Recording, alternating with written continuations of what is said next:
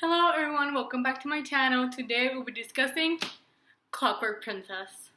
There are no words to describe how much I love this book, okay? This series, the books just kept getting better and better, okay?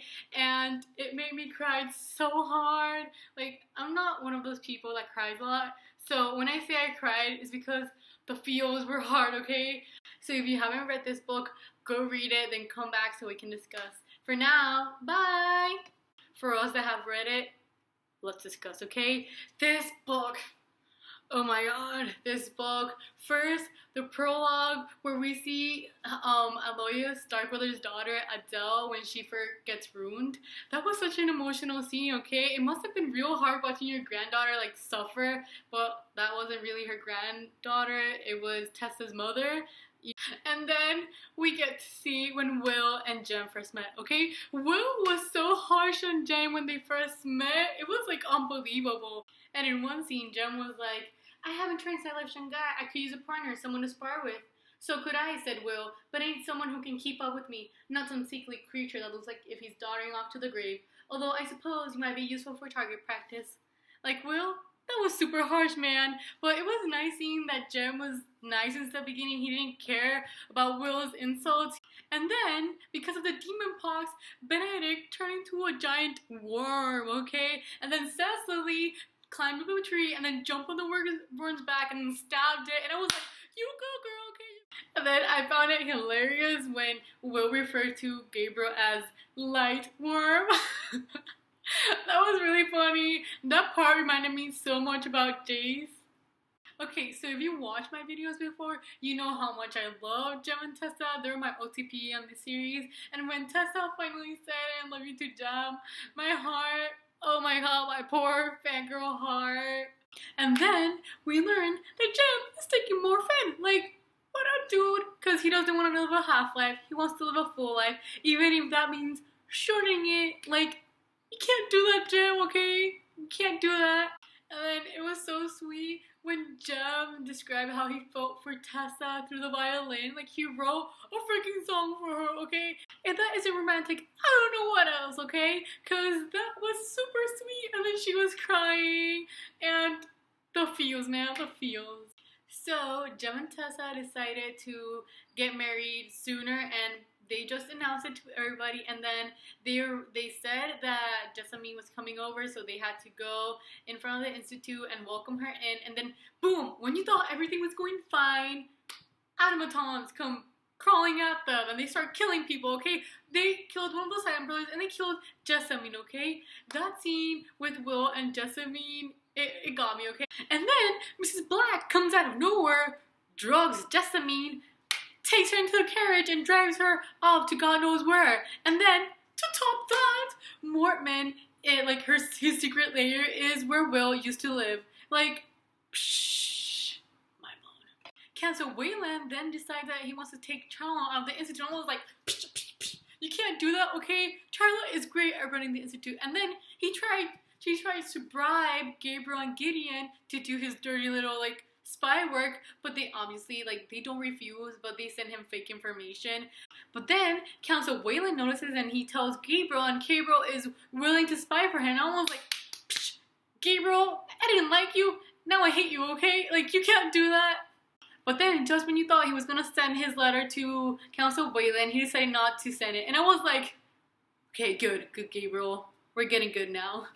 My love for Magnus grew so much in this book, okay? He was kind to Will. He was even kind to Henry, okay? When Henry went to show Magnus his, like, little place where he does his little inventions, Magnus, like, was, like, really surprised. And I was like, oh my god, so cute! Okay, so that scene where Jem and Will said their goodbyes, when Will was going to take off to look for Tessa, that scene tore me apart, okay? Jem said, faith, that you were better than you thought you were, forgiveness, that you need not always push yourself. I always loved you, Will, whatever you did. And now I need you to do for me what I cannot do for myself. For you to be my eyes when I do not have them. For you to be my hands when I cannot use my own. For you to be my heart when mine is done with beating. That scene, I lost my shit, okay? I started bawling. I couldn't stop crying, okay? That scene tore me apart. And then we learned that Mrs. Black head is on a stick. Like, what do you get, Mrs. Black? Okay, and no wonder Tessa screamed. I would have screamed, I would have pushed her, I'll punch her. Okay, that scene was really creepy. Like, when I tried imagining her, I couldn't because it was that creepy, okay? And then when Tessa's in the carriage, Mrs. Black, she pushes the door and she throws herself out of the car, and when she's about to fall, her Clockwork angel saves her, and it turns out it's Ithuriel, okay? Ithuriel, the same angel I think that Valentine had in the Mortal Instruments, okay? Like, Ithuriel, you need to watch out, okay? Because he's being captured. And then, just when Jem had permitted Charlotte and the others to continue searching for a cure, he tells them to stop, okay? He tells them it's time to say goodbye. Like, Jem, no, okay? You can't do that. You can't let people have hope for nothing, okay? Like, there had to be a cure. And then, just like that, Cassandra Clare decides to put Jem was dead.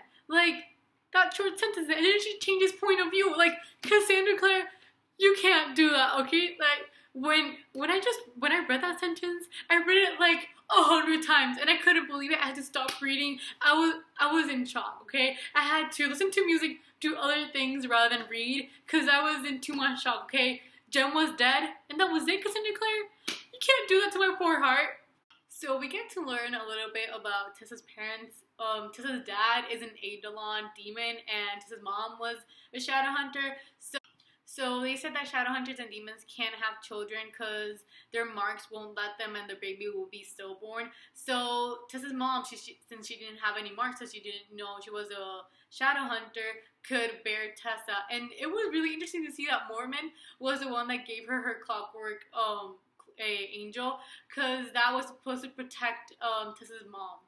So I was really excited when we get to learn that Henry was the one that invented portals, okay? Like, finally, Henry, one of your inventions paid off. And I was like, what? When we learned that Tessa can bear children, because warlocks aren't supposed to have children, and that, I was like, she's gonna have babies, I know it. And oh my god, Sophie and Gideon are getting married. They were so cute from the beginning, okay? I loved them since the beginning, and it was so funny to see that he blurted it out in front of everyone that he wanted to marry Sophie. Like, that was so funny, and they wasn't talking. He was like, I wasn't supposed to say anything, and then he proposed to her in private, but it was still really cute. Okay, so Will finally finds Tessa, and they're trapped in her room because he didn't notice, but he got trapped like her, and he tells her that Jem was dead, and I was like, no, and then he tells her everything, and she was crying all the time, and he was trying to comfort her, and everything, and the end, they had sex, and I was like, oh, I thought Jem and her, like, Jem was going to be her first time, but I was like, and then Magnus finds them in their bed naked, and then he's like, whoa, this is unexpected. Like, that was so funny. Okay, so 3 of the Silent Brothers, Brother Enoch, Brother Micah, and Brother Zechariah are gonna help Charlotte and the others rescue Tessa.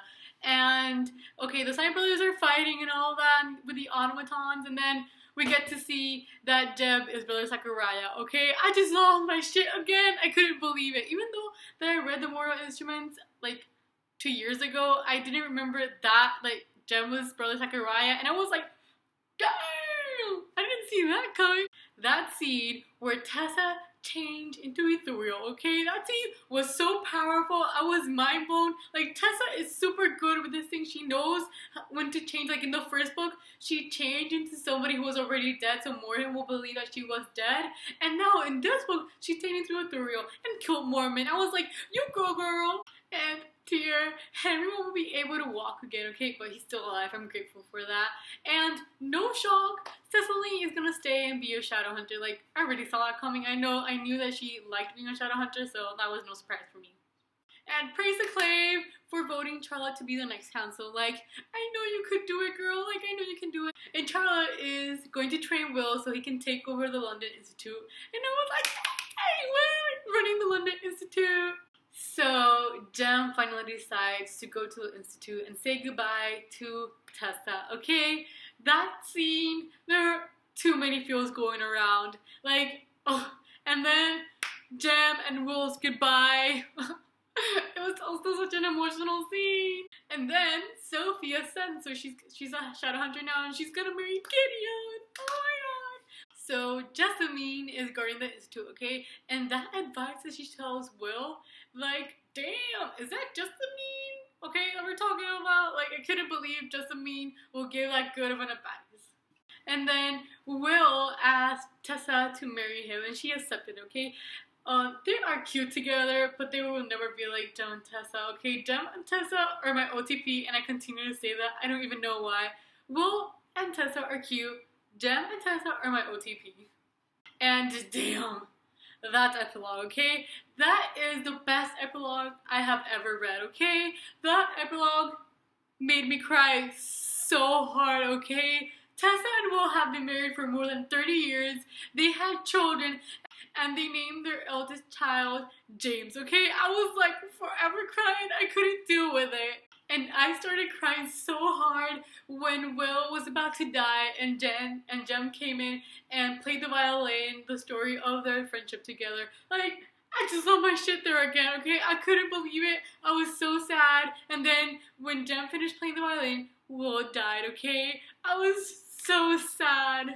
And then I found it so sweet that Magnus, like, comforted Tessa when Will died. He was there when Tessa was on that grieving process. I was like, Magnus, I love you, okay? I love you. Okay, and in the end, we get to see that brother Zachariah is no longer brother Zachariah. It is Jem, and Jem and Tessa reunite, okay? I love this book, okay, because I normally hate love triangles, because she is either going to stay with one or the other, and then she's going to reject the other. But in this one, she gets to live a life with Will, and she gets to live now with Jem.